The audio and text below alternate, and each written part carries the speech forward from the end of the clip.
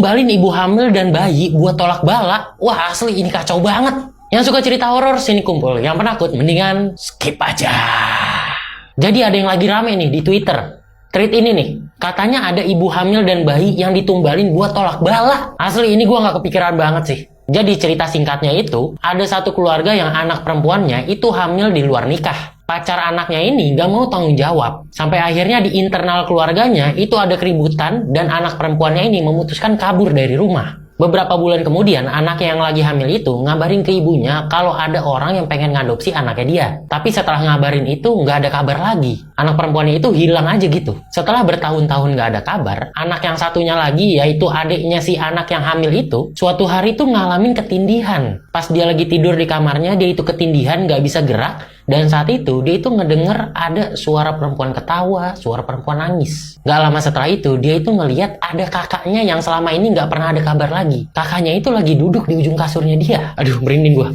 Nih yang bikin merinding adalah kakaknya itu duduk di kasur sambil gendong bayi. Dimana bayinya itu ya kayak baru banget dilahirin masih ada darahnya banyak banget. Terus kakaknya itu ngomong ke adiknya.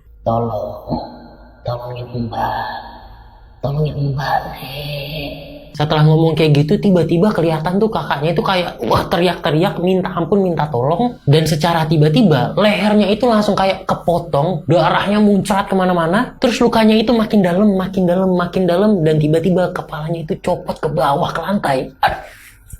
Semenjak saat itu adiknya ini sering ngalamin hal-hal menyeramkan. Dari mulai suara-suara ataupun ngeliat-ngeliat penampakan, terutama ketika mendekati hari Rabu Wekasan. Lu tahu nggak Rabu Wekasan itu apa? Ini kayak hari keramat gitu lah, semacam kayak malam Jumat Kliwon. Tapi katanya kalau di hari Rabu Wekasan itu bakal datang kesialan yang super duper amat gila. Setelah terus-terusan kayak gitu, adiknya ini coba cari tahu ke orang pinter. Ke orang ngerti yang kayak gitu-gituan. Dan kata orang pinternya itu, kakaknya itu yang lagi hamil dijadiin tumbal sama orang. Tepatnya ditumbalin sama orang yang pengen ngadopsi anaknya dia.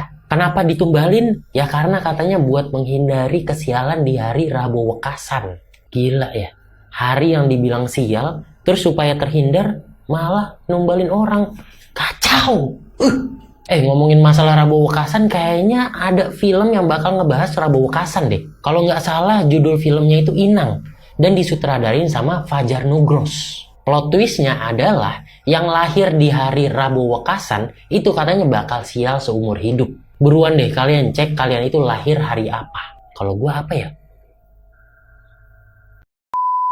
Nginep di hotel ini bukannya healing tapi malah hilang di gondol kuntilanak. Wah asli ini kacau banget sih. Yang suka cerita horor sini kumpul. Yang menakut mendingan skip aja. Jadi ini gue dapat kiriman cerita dari seseorang bernama Dian. Di tahun 2000-an awal, Dian itu masih kelas 4 SD. Sedangkan saat itu dia juga punya adik yang umurnya itu sekitar 3 atau 4 tahun. Dian dan adiknya itu diajak keluarganya buat nginep ataupun liburan di daerah Anyer. Di sana mereka itu nginep di salah satu hotel. Hotel ini nih cuma ilustrasi doang. Gue nggak mau ngejatohin hotelnya. Di hari pertama itu baik-baik aja, nggak ada apa-apa. Tapi di malam kedua mereka nginep di sana, ada kejadian yang, parah banget. Jadi di malam kedua, Dian, adiknya dan kedua orang tuanya itu lagi tidur aja biasa. Di tengah malam, Dian itu kebangun gara-gara dia itu ngedenger ada suara perempuan ngomong, sini sama ibu. Dian melek tuh. Terus dia itu ngelihat sekeliling. Dan ternyata di dekat kasurnya dia ada sesosok perempuan pakai baju putih panjang tapi mukanya ini ketutup ya sama rambutnya. Itu lagi ngomong-ngomong kayak gitu sambil kayak pengen ngegendong adiknya. Jadi posisinya pada saat itu si adiknya ini udah bangun duluan lagi duduk ngelihat ke arah perempuan itu. Bentar.